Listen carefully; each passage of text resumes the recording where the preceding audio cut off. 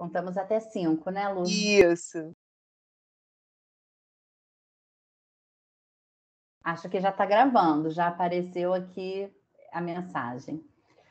Bom, primeiro, boa tarde a todo mundo. A Luciana já me apresentou. Sou Fernanda Correia, sou professora da casa, professora de História e pego algumas disciplinas também em Pedagogia, Projetos e Práticas 2. Alguns nomes já apareceram aqui, eu já reconheci. E nessa semana, né, nesse ano que a gente está comemorando Paulo Freire, e nessa semana de educação que também estamos falando sobre Paulo Freire, eu vim aqui conversar com vocês sobre educação integral.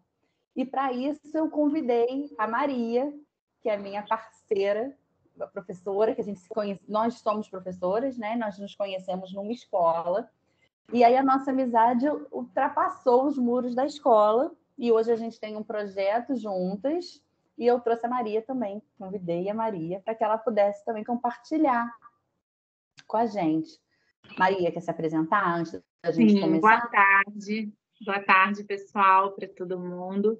Eu sou professora também, sou professora de Geografia e tenho mestrado também na área de Geografia, né? Estou já há um tempo na sala de aula no município do Rio de Janeiro, e trago também toda essa experiência da parte da educação e também da experiência com a inteligência emocional, que já passa o meu campo de estudo aí pelo menos há 5 anos, que eu venho desenvolvendo trabalhos nessa área, e junto com a Fernanda, né, mais recentemente, a gente está idealizando aí nossos projetos, tanto ligados à meditação e ao autoconhecimento, para a sala de aula, para a escola, né? Como colocar isso como uma prática. E a gente vai falar um pouquinho disso ao longo da apresentação. Isso, eu vou iniciar aqui a apresentação do slide. E vocês podem ficar à vontade, pode escrever comentário no chat, que a gente está o tempo inteiro de olho e a gente vai conversando. Sim, o convite é para uma conversa, né? Não é uma aula, uma apresentação. A gente vai compartilhando. Já está visível para vocês? Porque aí eu perco, quando eu projeto, eu perco a visão aqui. Tá sim, Fê, só coloca, se for possível, em tela cheia. Isso. Foi? Foi. Vou fechar meu microfone aqui também. Eu vou fechar minha câmera para... Eu acho que já até tá fechado. Para a gente começar a conversar um pouco sobre esse conceito, né? O que é educação integral? Do que a gente está falando quando a gente está falando de educação integral? É muito comum a gente ler e a gente relacionar esse conceito de educação integral com o tempo, com a duração de horas, a quantidade de horas que os alunos ficam na escola, né? Ao invés de estudar de manhã ou à tarde ou só à noite, é um tempo estendido. Só que esse conceito de educação integral, ele vai muito além, ele é muito mais do que a quantidade de horas que os alunos estão dentro da escola. Pensar a educação integral é compreender o aluno, mas os sujeitos, os indivíduos, em todas as suas dimensões. A sua dimensão intelectual, física, emocional, espiritual, cultural. É um olhar para esse sujeito que é um sujeito complexo. O que essa escolaridade com horário ampliado toca esse conceito de educação integral? A proposta inicial é que, além daquela carga horária básica, que era a carga horária do currículo comum, história, geografia, matemática, português, que os alunos pudessem ficar além dessa hora, e aí tem várias questões envolvidas, questões como alimentação, como precariedade, como segurança pública, mas que eles pudessem também desenvolver outras habilidades, outras atividades, outros potenciais. Então, o que a gente está propondo aqui é um olhar para esse conceito de educação integral como sendo aliado a esse olhar mais amplo, independente da quantidade de horas, mas o foco aqui é pensar esse indivíduo, pensar esse sujeito como um ser complexo, em todas as suas dimensões. Por isso, ultimamente, a gente já tem visto na literatura um outro conceito complementar à educação integral, que é a educação multidimensional. O que seria essa educação multidimensional? Essa prática pedagógica que pensa o sujeito a partir das suas múltiplas dimensões. Não dá mais, assim, pensando nas demandas que a gente tem no século XXI, já não dá mais para a gente pensar a educação apenas como apreensão de conteúdos. Um conteúdo numa caixinha, o outro na outra caixinha, um terceiro numa terceira caixinha. Então, a gente já passou por essa fase. A gente já discutiu a importância da articulação entre esses conteúdos. São os projetos, o olhar multidisciplinar, transdisciplinar. Mas o que a educação integral, nessa perspectiva da multidimensionalidade, traz é um passo além. É um passo de olhar para o sujeito, né? A criança, o adolescente, o jovem, o adulto, todos nós, a partir desse olhar mais ampliado, mais holístico. Tá? Então, que tem muita relação com as questões que são colocadas no campo da educação a partir do século XXI, né? Nesse início do século XXI. E aí, já no finzinho, em meados do século XIX, no último quartel do século XX, a gente já trazia ali alguns autores que relacionavam a educação com essa multidimensionalidade. O Vallon, por exemplo, não sei se vocês já leram A Evolução Psicológica da Criança, mas ele é um livro que o Vallon aborda essa questão da afetividade, desde o nascimento, as relações afetivas, o afeto, ele é fundamental para o desenvolvimento da criança. O Vallon cita claramente a importância desse olhar holístico, desse olhar completo para a criança. Então, pensar a infância é pensar esse olhar integral. O Maturana, em Biologia do Amor, ele dá um outro passo. Ele diz que para a gente compreender os aspectos fisiológicos, né, biológicos, a gente precisa relacionar com essa abordagem inter e intrapessoal. Ele traz a questão da afetividade também. São autores que vão se complementando. Esses 4 últimos aqui do slide, eles já estão bem mais pertinho de nós. E eles todos reforçam a importância dessa afetividade, dessa escuta, da gente entender e pensar a prática pedagógica a partir desse olhar mais amplo do que apenas a compreensão e a fixação dos conteúdos. Dentro da abordagem do Gardner, né, das inteligências múltiplas, ele elenca ali diversas inteligências. É a crítica àqueles testes antigos do QI, ou apenas, não que a mensuração não seja importante, continua sendo, mas não só ela. Então, ele traz uma abordagem naturalista, interpessoal, intrapessoal, espacial, linguística. Ele traz uma série de inteligências que são habilidades e que são áreas que precisam ser olhadas quando a gente está discutindo essa educação. Inteligência emocional, vou falar daqui a pouquinho no próximo slide. E esse livro, se vocês ainda não leram, muito recomendo que leiam, do Damasio, O Erro do Descartes. O que seria esse erro, né? Qual é a conclusão que ele chega no livro? O pensamento cartesiano, ele fragmenta, ele compartimenta muito o conhecimento e ele especializa o nosso olhar. E aí, essa fragmentação, a gente perde essa noção do todo, essa noção da integralidade, do ser humano complexo. A especialização, por exemplo, quando nós vamos procurar um atendimento médico, e aí você vai no especialista do especialista do especialista do especialista, você se desloca, você perde esse olhar mais amplo, mais contextualizado. E aí, o que seria esse erro, né? Esse deslocamento quando você especializa demais, o nosso comportamento emocional, ele acaba sendo aquilo que nos diferencia do outro.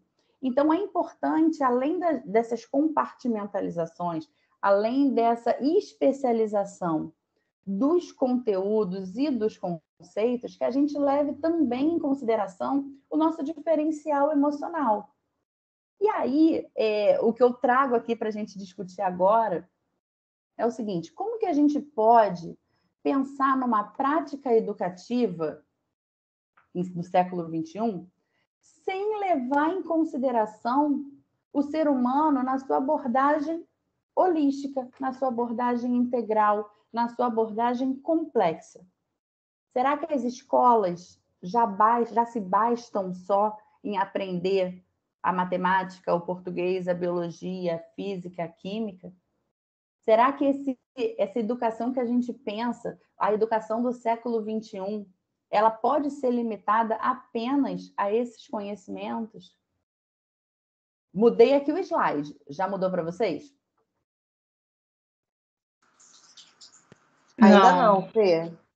Agora foi. Mudou? Então, o que o Goleman ele traz? Olha a definição que ele traz em relação à inteligência emocional. O equilíbrio emocional envolve a capacidade de monitorar suas próprias emoções e de usar habilmente essa informação para direcionar melhor nossos pensamentos e ações. E aí, pensando sobre essa frase, vou fazer aqui as 5 perguntas que estão aqui para vocês. Vocês podem pensar e escrever ali no chat. As emoções que a gente sente, elas impactam a nossa mente? O que vocês acham? Vocês acham que se nós estamos afetados por uma emoção mais forte, a nossa mente ela é impactada? Vocês acham que sim? Pois é. Muito, né, Anne? Muda. Sim. Por que sim? Porque, por exemplo, você consegue focar, você consegue se concentrar, você consegue estudar se você estiver impactado por uma emoção muito forte. Então, a nossa mente sofre, sim, o efeito das nossas emoções, uma consequência das nossas emoções. E o nosso corpo? O que vocês acham? Escreve aí. Também, né? O nosso corpo também. É o frio na barriga, é aquele suor escorrendo, é o coração acelerando, a mão trêmula, a mão gelada, a mão transpirando, o pé transpirando. São impactos, são formas como nós sentimos as nossas emoções no nosso corpo. E elas também impactam o meu trabalho. Será que eu vou dar o máximo da minha concentração se eu estou sob o impacto de uma emoção forte? O máximo do meu foco? E, consequentemente, se elas impactam a mim, elas impactam os meus alunos. Será que ele está ali naquele dia sob alguma emoção mais marcante? Alguma emoção? Será que a agitação dele tem alguma relação com alguma questão emocional? Será que aquele determinado comportamento tem algum fundo emocional ali por trás? Então, dá para a gente, certamente sim, e dá apenas para o professor entrar na sala e passar o seu conteúdo sem levar em consideração esse olhar mais ampliado para essa turma, para esse aluno. E aqui eu estou falando de escola, porque nós estamos num ambiente educacional e o tema da palestra é educação. Mas esse olhar mais holístico, integral, mais complexo, ele pode servir para todas as áreas, é para a nossa vida. As emoções impactam a nós como pessoas. Então, nesse momento como professores, mas em outro momento como enfermeiro, no outro como médico, no outro como balconista, no outro como motorista de ônibus, as emoções, elas precisam ser, como o Goleman falou ali, elas precisam ser monitoradas. E aí a pergunta que eu deixo aqui, né, para a gente pensar é o seguinte: como que eu vou ter a capacidade de monitorar as minhas emoções para direcionar melhor os meus pensamentos se eu nem sei quais são as emoções que eu tenho naquele momento? Então, esse conceito de inteligência emocional, ele está muito atrelado ao conceito de autoconhecimento, porque eu preciso conhecer as minhas emoções e a dos meus alunos, para que eu possa direcionar melhor, aí sim, o meu pensamento e a minha ação. Sabe aquela frase famosa do penso, logo existo? Então, a proposta aqui é que a gente inclua, porque a gente não só pensa, a gente sente e a gente age. Logo, a gente existe. O nosso ser, ele é um ser muito além do pensamento racional. A gente precisa, a nossa ação no mundo, né? Quando eu coloquei ali o ágil, a nossa ação no mundo, ela não é feita só de racionalidade. Então, a nossa sala de aula, a nossa prática escolar, nossa relação com os nossos alunos, ela vai muito além dos aspectos apenas mentais. Envolvem a questão emocional, envolvem a questão espiritual, envolve a questão energética, envolve várias questões que juntas formam a educação integral. Vou passar agora a fala para a Maria, para ela complementar. Vou fechar aqui o meu microfone, Maria, e eu vou rodando o slide para você, tá? Ok, Fernanda, obrigada. Bom, então a Fernanda terminou com essa reflexão do penso, sinto, ajo, né? Logo existo. Diante dessa perspectiva, eu queria que a gente trouxesse brevemente essa reflexão das crenças, né? Porque eu tenho um pensamento, né? Eu tenho uma situação, eu estou vivendo uma situação e essa situação traz um pensamento para mim. Um aluno, de repente, agiu mal em sala de aula, ou teve um comportamento agressivo, né? E aí aquilo vem um pensamento. E, às vezes, aquele pensamento vem como uma resposta, né? A um sistema de crenças. E esse sistema de crenças, ele é coletivo. Esse sistema de crenças, ele é a nossa percepção sobre uma realidade, que vai ser mediada através delas. Então, assim, como o aluno teve um comportamento agressivo, e aí, às vezes, vem o pensamento, ele fez de propósito, né? Às vezes pode vir aquele pensamento, ele está desafiando. E poucas vezes a gente vai ter a emoção, né? O agir sincronizado, né? Poucas vezes a gente vai refletir sobre aquela emoção, né? Vem como uma provocação. Então, quando a gente entende que aquilo faz parte do meu sistema de crenças e que não necessariamente aquilo tem a ver, é sobre mim, aquilo tem a ver com como aquele aluno está interpretando aquela realidade, o quanto aquele aluno, a situação que ele está vivendo no momento, o histórico familiar dele. Então, as crenças, elas são percepções sobre a realidade e elas vão gerar os nossos pensamentos, e os nossos pensamentos vão gerar as nossas ações. Então, a partir do momento em que eu consigo respirar e entender que aquele comportamento ele não está diretamente ligado a mim, eu posso agir sobre a situação, sobre a realidade. Então, elas têm uma função de adaptar. Eu vou trazer aqui uma outra reflexão para a gente pensar um pouco sobre o que são crenças, né? Como essas crenças elas agem.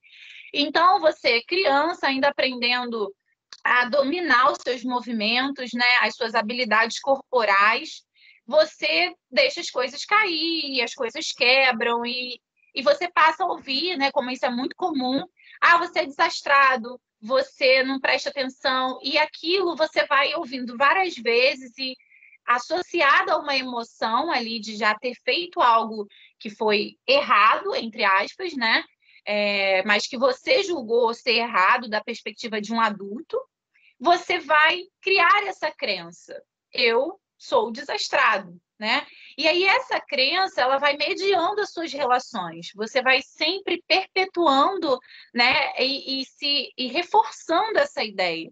Então, a gente entender que as crenças, elas são padrões ali de comportamento, são formas de como eu vejo o mundo, como eu me vejo, como eu vejo o mundo, como eu vejo as pessoas, e como isso tem função de nos adaptar, né? De nos adaptar, de nos fazer se inserir nesse todo, eu posso repensar essas crenças e esses padrões de comportamento, né? Eu posso, hoje, enquanto adulto, pensar assim, poxa, mas se eu estou mais tranquilo, se eu faço as coisas devagar, se eu respiro, se eu, né, presto bastante atenção e estou bem presente na situação, eu não deixo as coisas caírem.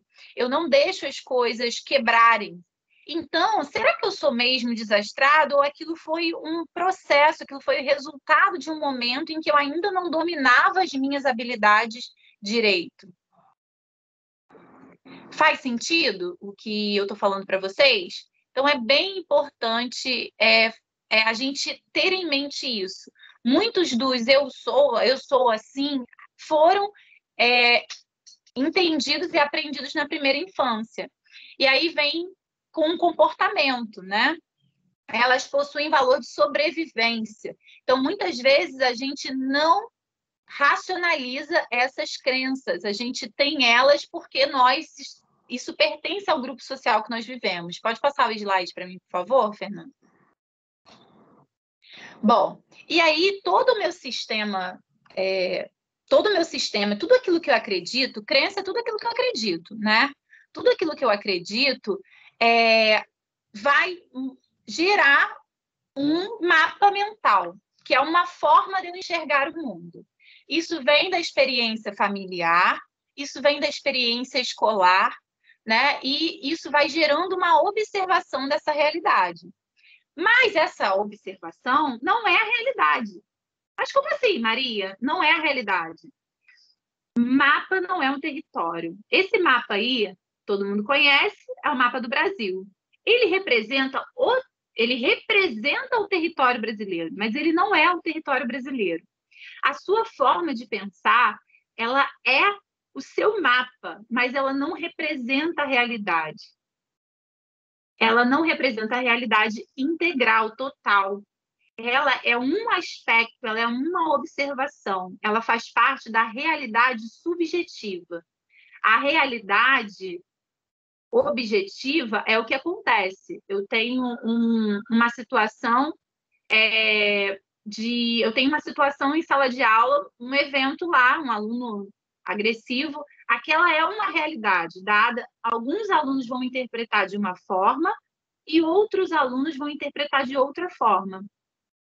Cada um de nós cria a representação do mundo que vive, né? E esse mundo não é toda a realidade. Então, quando eu vou ouvir outra pessoa, ela constrói de outra forma, através de outro mapa. Então, é a representação e não o território em si, não é a realidade. A realidade pandêmica é dada para todas as pessoas, a pandemia é dada para todas as pessoas. Para alguma pessoa, essa pandemia vai gerar uma realidade subjetiva particular e para outras vai gerar outras.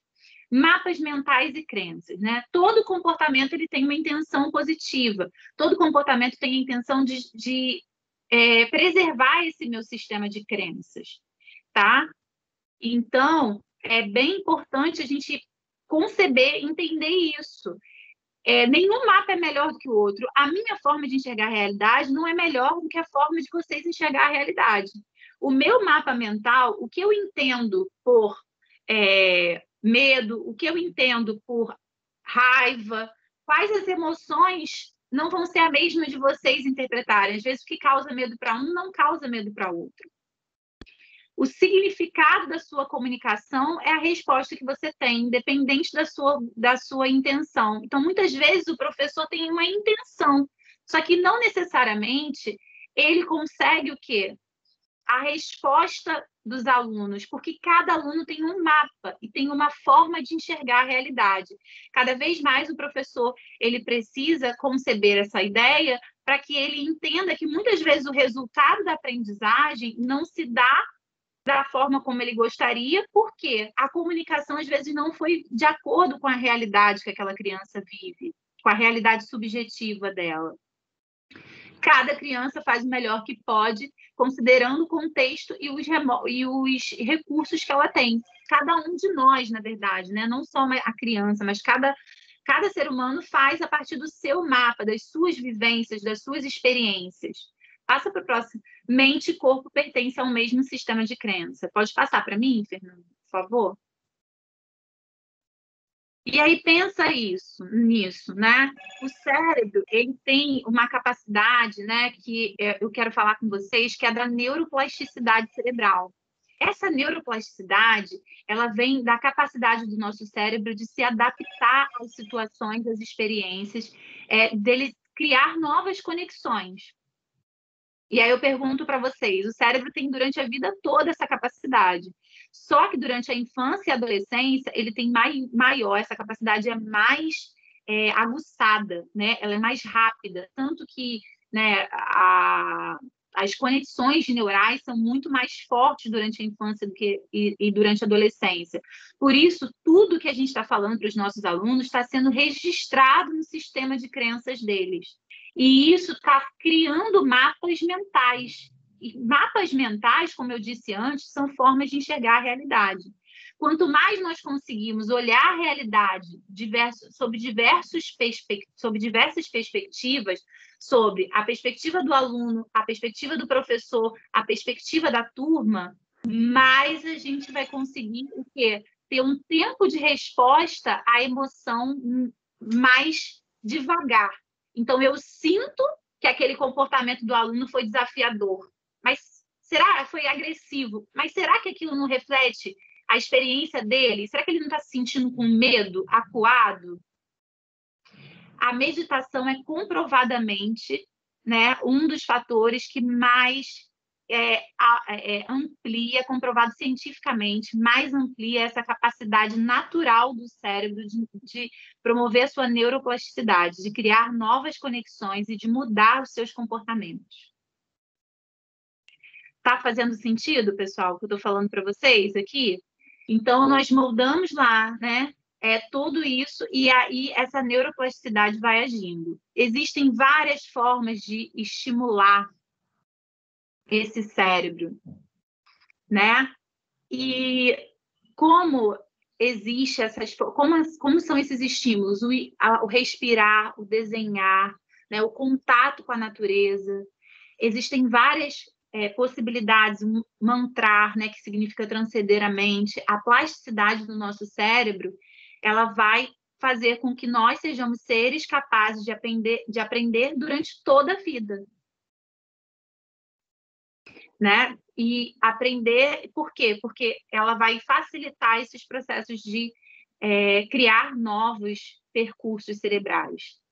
E aí, só um exemplo, dando, né, assim, esses estímulos que a gente recebe do meio externo, eles vão fundamentar a nossa percepção do mundo, e isso vai passando, né? Existe um ramo da ciência que é a epigenética, que já está observando que determinados padrões de comportamento, né, eles podem ser transmitidos, e isso pode ser transmitido através do DNA. Então, eles colocaram ratos para receberem choques quando sentiam um determinado aroma.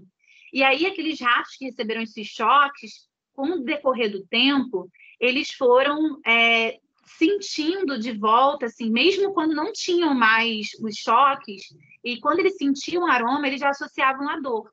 E os ratos que nasceram desses ratos também passaram, somente quando sentia aquele aroma de laranjeira, né, que eles colocaram, a também sentir esse choque, né? Então, de alguma forma, essas mudanças, esses estímulos externos estão moldando a nossa realidade e podem, sim, ser transmitidos geneticamente, né? Isso é algo bem recente.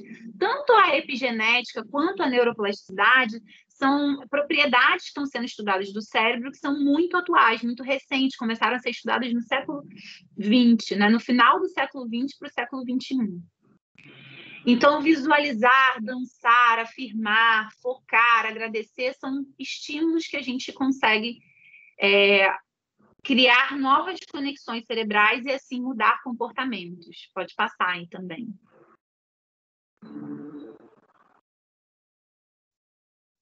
Fernanda, tá me ouvindo? Eu já passei. É porque demora, às vezes, algum segundo. Mas eu posso continuar. Pode continuar aí. Nesse slide anterior, a gente colocou ali algumas sugestões que vocês... Deixa eu retomar aqui o slide anterior. Que vocês podem utilizar no dia a dia, na sala de aula, para estimular justamente a neuroplasticidade. Então, é um processo de educar-se para educar. Então, a gente vai refletir sobre a educação dos alunos, do filho, do marido, do chefe, até da sogra, mas antes da gente propor a educação do outro, a gente precisa se auto-observar, se auto-educar. Então, sentir uma emoção muito forte, sentir uma angústia, sentir um medo, sentir uma tristeza, sentir uma euforia, e aí eu chamo a atenção que a gente não está falando só de emoções que inicialmente são vistas como negativas, porque não existem emoções positivas e negativas, elas simplesmente são.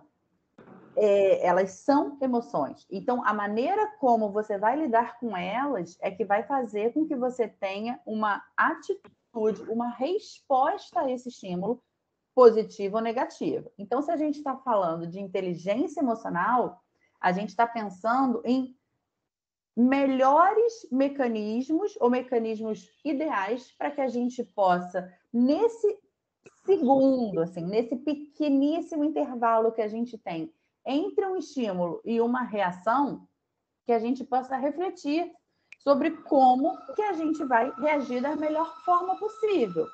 Então, a prática da respiração, de repetir um mantra, né, como a Maria falou aqui agora, de dançar, de correr, de fazer afirmações, de escrever, de andar na natureza, de ter contato com a natureza, de focar, parar e focar, só para e respira. Elas nos trazem de volta para o nosso centro, para o nosso eixo, eles nos colocam antes de uma reação, e muitas vezes a reação desproporcional, pode vir a ser extrema, elas nos levam a um processo de autoconhecimento, mas um processo de autoeducação.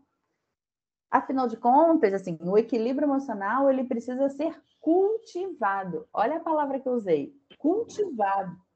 Não é porque a gente leu alguma coisa ou a gente assistiu um vídeo que, ótimo, ok, então agora está tudo resolvido na minha vida, porque a partir de agora eu tenho uma inteligência emocional 100.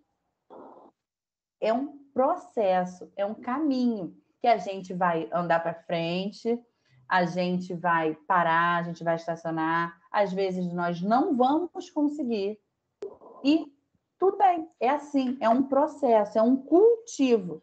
E quanto mais a gente estiver consciente das nossas emoções, maior a chance de estarmos equilibrados. E eu sempre que eu falo de equilíbrio, eu sempre gosto de lembrar assim, que equilíbrio não é andar em linha reta. Para um surfista se equilibrar, ele tem que ter um jogo de cintura, ele tem que virar para a esquerda, ele tem que virar para a direita. Como é que a gente se equilibra na bicicleta? Se a gente andar reto a vida inteira, a gente vai bater.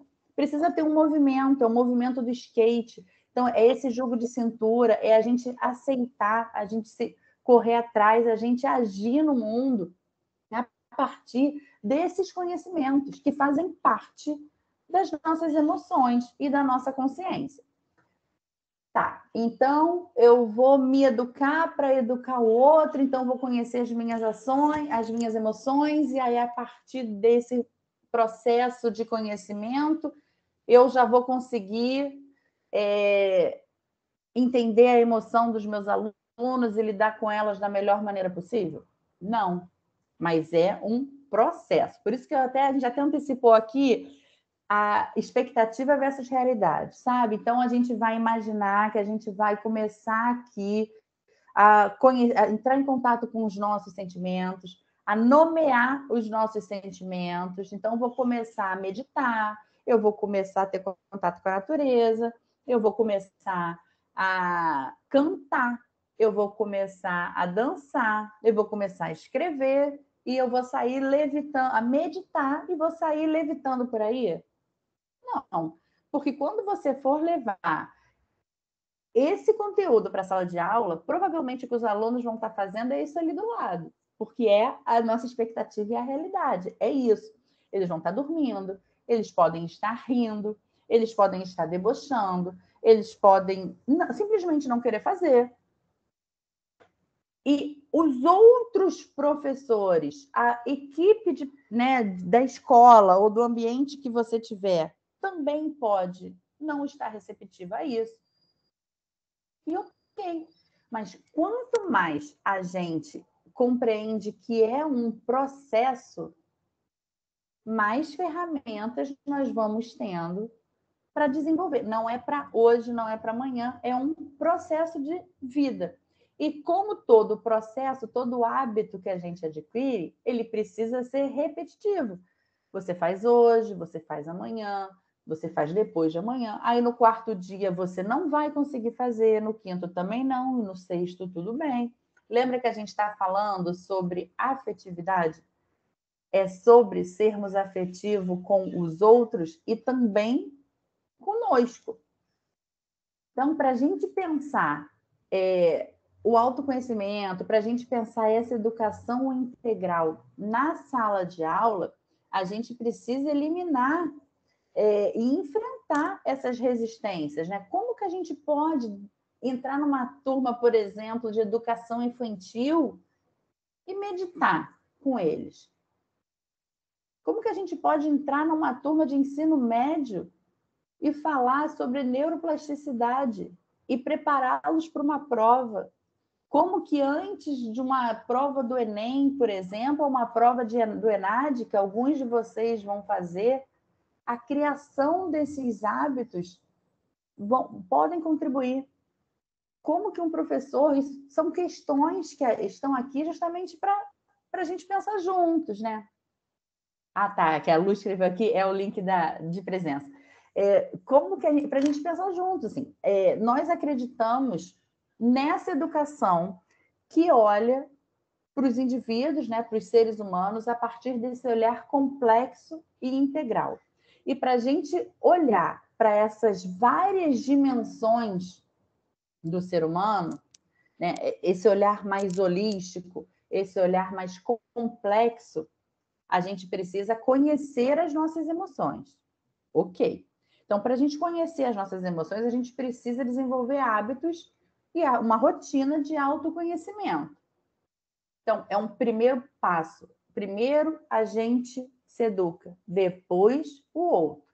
Então, o que eu e Maria estamos propondo e sugerindo para vocês é que vocês despertem o olhar para todo esse processo, mas que vocês também se encorajem de levar essas práticas para a sala de aula. Fazer meditação com os alunos é possível? Sim. Não, eles não vão levitar, eles não precisam ficar 30 minutos sem pensar, porque isso aquele mapa mental que a Maria está falando, isso é uma das crenças que a gente tem, que a meditação, a gente não precisa pensar em nada. A nossa mente, ela vai nos guiar, os pensamentos vão entrar e os pensamentos vão sair. Sabe aquela coisa que a gente sempre ouviu, aquelas frases que a gente sempre ouvia quando a gente era pequeno? Ah, entrou por um ouvido e saiu pelo outro. Sabe esse tipo de brincadeira? Agora é isso que a gente vai fazer. Vai entrar por um lado e vai sair pelo outro. É a mente tagarela, é a mente que fala. Meditar não é não pensar em nada. Meditar tem a ver com concentração, tem a ver com foco. Meditação não é prática religiosa. Meditação não tem nada a ver com religião. Inclusive, vencer esses desafios iniciais, né? Que as pessoas acreditam que está ligada à religião. E a meditação, ela é uma prática que foi comprovadamente científica, assim, ela é usada e ela pode ser mensurada cientificamente. Então, ela é uma prática que já vem, assim, se mostrando, né, Fernanda? Inclusive, o mindfulness é essa aplicação científica da prática meditativa, né? É bem importante falar isso, porque muitas vezes a gente vai encontrar essa resistência na sala de aula. Eu ensino meditação no município, né? Eu tenho essa prática com muitos alunos, e às vezes a gente encontra essa resistência E porque todo mundo fica em silêncio, você ensina a respirar, como está aí colocado no exemplo 1, no exemplo 2. Então, você ensina a respirar, fazer esse movimento aqui, ó. E isso distrai os alunos e faz com que a turma fique em silêncio. E muitas vezes você ia gritar, ou muitas vezes você ia, né, ali ter um desgaste, e a gente sabe que você simplesmente ensinando eles a respirarem entre um hemisfério e o outro, né, isso vai acalmando. Então, isso vai trazendo a concentração necessária. Maria, professora Maria, posso te pedir uma coisa, então? Faz essa respiração com a gente agora, ensina para eles que, de repente, eles não conhecem essa estratégia da respiração, né? Sim, sim. Posso, sim. A Fernanda pensou em fazer uma dinâmica com eles. Fê, a gente tem 11 minutos. Eu acredito que a gente consegue até extrapolar uns 5 minutinhos. É porque a gente tem outro evento às 3 horas lá no YouTube. Então, se a gente conseguir... Depois a gente pode até trazer novamente o tema, mas se a gente puder conseguir, né, cumprir um pouquinho do horário, não fugir muito do horário... Sim. Essa eu que eu estou ia sugerir ensinando, uma Luciana. prática de meditação de 5 minutos. Eu acho Mas perfeito. é Pode, porque, Fê. é porque a ideia era dar justamente uma ferramenta. A gente estava explicando a parte teórica, conceitual, científica, mas e a mão na massa? E a prática? O que a gente pode fazer com os nossos alunos? Isso aí. Vamos lá? Todo mundo topa? Eu tô dentro, gente. Acho que a Michelle aqui também já botou assim, ó, a Lu leu nossos pensamentos. Acho que estamos dentro. Então, vamos lá. Procura um local tranquilo. Quem quiser deitar, pode deitar. Quem quiser ficar sentado, pode ficar sentado. Faz algumas respirações profundas, de olhos fechados.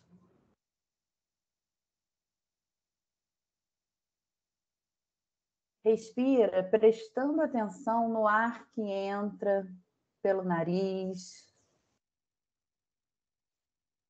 no movimento dos pulmões, se conectando com o seu corpo, abrindo espaço. Sente o seu corpo abrir esse espaço.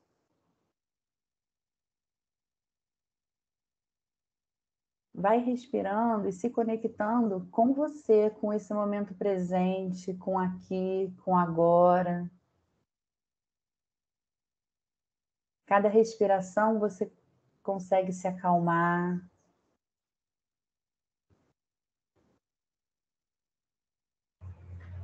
A cada respiração você sente os seus batimentos desacelerarem.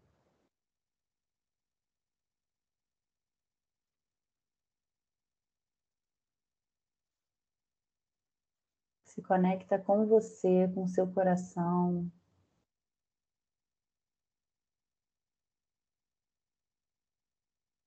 A cada inspiração,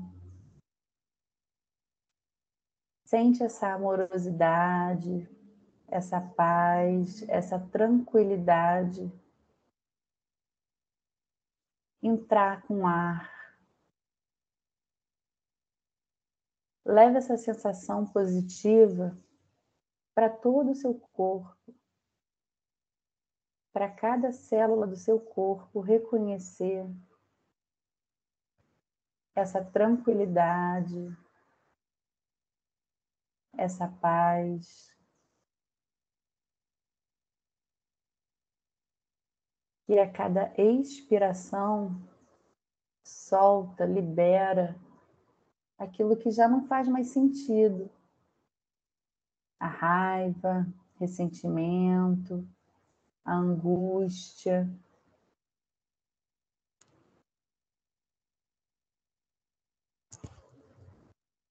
Você pode permanecer mais 1 minuto apenas observando a sua respiração, se conectando com a entrada e com a saída do ar e das emoções. Se a sua mente se distrair, não resista, apenas observe seus pensamentos. foca na respiração. Atenta novamente à sua respiração e libera aquilo que não faz mais sentido nesse momento.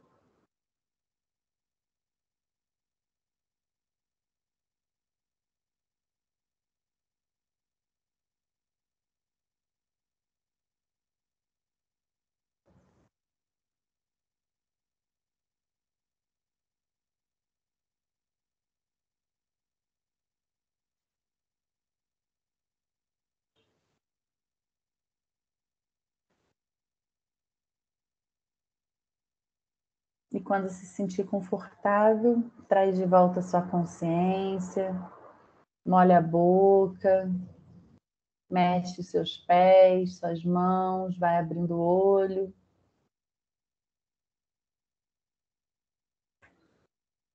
E voltando. Essa prática de abrir espaço com a respiração e de soltar aquilo que já não faz mais sentido, a gente pode fazer em qualquer lugar. Na fila do ônibus, no banco, no metrô. É só respirar, é só focar na respiração. A prática que a Maria... Deixa eu tirar aqui a apresentação. A prática da respiração em quadradinho é uma outra. Você respira, inspira 4 segundos, em 4 tempos, mantém o ar em 4 tempos, expira em 4 tempos e fica sem ar 4 tempos. Por isso que é um quadradinho. Inspira, prende, expira, segura. Inspira, prende. Você vai trazendo de volta a sua concentração, a sua presença. Essa que a Maria está demonstrando, você inspira segurando uma narina, expira segurando outra narina. Uma outra prática que essa normalmente eu faço na educação infantil, com criança, é a dos dedinhos, ó. Inspira, chegou no alto, para. Expira, descendo, chegou embaixo, segura. Inspira, expira. Inspira, expira. Cada um desses movimentos aqui, até chegar no 5º dedo, a respiração já está mais equilibrada. Quer falar, Lu? Eu não me aguento, né? Porque vocês sabem que a Fernanda principalmente sabe que eu sou uma pessoa que tenta inserir isso no cotidiano de todo mundo, porque eu sou uma experiência viva, como uma pessoa muito ansiosa e muito agitada, de como que isso trouxe benefícios para a minha vida e para todos que estão ao meu redor. Então, assim, uma dica, né? Quem tem dificuldade de se concentrar e meditar. Gente, é aos pouquinhos mesmo. E quando o pensamento vier, observar, né? Por que aquele pensamento está vindo naquele momento? Porque pode ser uma preocupação genuína nossa, da nossa vida, do nosso cotidiano familiar. E aí é um exercício, igual o exercício que a gente faz na academia, né? Que a gente vai se adaptando, né? Cada dia a gente vai ganhando mais resistência física. Quanto mais a gente observa os nossos pensamentos, mais a gente vai entender as coisas que nos incomodam, as coisas que a gente precisa, né? Olhar com um novo olhar sobre o mundo, porque a nossa expectativa, né, é que, por meio do autoconhecimento, é que a gente modifique a gente, né? E a partir da nossa modificação, que é muito freiriano isso, né, a gente acaba modificando todos que estão ao nosso redor. Por isso que eu tinha pedido para Maria fazer essa meditação com vocês, né? Porque quando a gente oxigena o cérebro, oxigena as nossas células, o nosso corpo já reage de outra forma. Então, aquela coisa, né? Para, pensa, ainda mais no momento de muita dificuldade, isso é muito importante para o nosso cotidiano como ser humano, não somente como profissional, não. E se a gente consegue compartilhar essas práticas com crianças, gente, imagina como que a gente está promovendo uma onda de pessoas, né, que além de se conhecerem, além de terem um olhar e um cuidado, né, mais empático com os que estão ao nosso redor, como que elas vão ser mais felizes? Porque a gente vai começar a entender o mundo e olhar o mundo com novos olhos. Acho que, assim, alguns sabem, eu tenho uma pequena de 9 anos, não, 10, que é minha parceira na meditação, e no dia a dia ela mesma já fala, ela começa a identificar, olha, tô chateada com isso, vou respirar fundo agora não é o momento da gente conversar, daqui a pouco eu volto, ó, isso aqui me incomodou, isso aqui... E aí você fala assim, é impossível? Não é impossível, gente, é exercício. E eu acredito que a gente precisa trazer esse tema em outros momentos, né, Fernanda e Maria? Não sei se vocês Sim, gostaram. para a gente praticar mais. Sim, adorei mesmo, assim, a gente falar sobre isso com vocês, assim, é muito importante. A gente também tem a prática, Luciana, tanto eu quanto a Fernanda somos mães, e eu tenho fotos com a Cacá, que a Cacá já faz a respiraçãozinha, tem 4 anos, e ela já faz porque me vê fazendo. Quem E aí eu ficar. posso... Peraí. Tá fechado, Lu, seu microfone. Posso dar um spoiler das duas? Gente, elas têm um Instagram muito legal, que é a Vazão Criativa, não é isso? Que eu acho legal vocês curtirem, porque o grande lance dos encontros online, né, é da gente poder promover esse sentimento de comunidade, gente, da gente ir se encontrando e criando afinidades. Pode ser até que esse tema, de repente, não faça muito sentido para você nesse momento, e está tudo bem, não tem nenhum problema. Mas se algum dia isso fizer sentido para você, você volta e fala: opa, olha lá as meninas, a professora Fernanda e a professora Maria, vamos ver como é que elas fazem isso dentro da sala de aula? Vamos ver quais são todo esse referencial teórico, eu já botei logo no início, amei as referências que vocês trouxeram. É muito importante a gente conhecer, que muitas vezes a gente não tem a oportunidade de conhecer no nosso curso das licenciaturas, né? Humberto Maturana, Mariotti, né? Outros autores que trazem esses referenciais para a gente poder conhecer como que funciona o corpo humano, porque quando a gente entende como funciona o corpo humano, a gente entende muitas das questões do aprendizado também, né? Acho que é isso. É isso. Obrigada, Lu. Obrigada a todo mundo. Obrigada. A Lu já falou, né, do Instagram do Vazão Criativa, mas no canal do YouTube, do Instagram, do Vazão Criativa, a gente tem várias meditações guiadas, meditações de 5 minutos, de 10 minutos para iniciante mesmo. Quem quiser pegar as meditações para começar, né? Porque às vezes quem está começando é mais fácil ter a guiança, a pessoa pode se sentir mais seguro. Pode olhar lá também, tem muita meditação disponível para quem se interessar. E a gente volta para a gente podia fazer uma oficina, né, com práticas, com sala de aula. Sim. Eu ainda acho que a gente podia, de repente, aproveitar a professora Maria, né, para trazer para a gente um pouco mais aprofundada a neuroplasticidade. Gente, a gente precisa invadir a educação com essas referências, com esses teóricos, para poder... Precisa. Então, Precisa, é importante. não é, Maria? Só tenho a agradecer a vocês. Gente, vocês querem fazer alguma pergunta? Eu sei que o nosso horário está apertado. Eu me comprometo a não deixar esse tema ser findado aqui. A gente vai continuar com eles em outros espaços. Mas Acho que a Rosiane, Lu, ela botou ali agora. Posso falar uma situação que acabou de acontecer aqui? claro, claro, pode ir lá.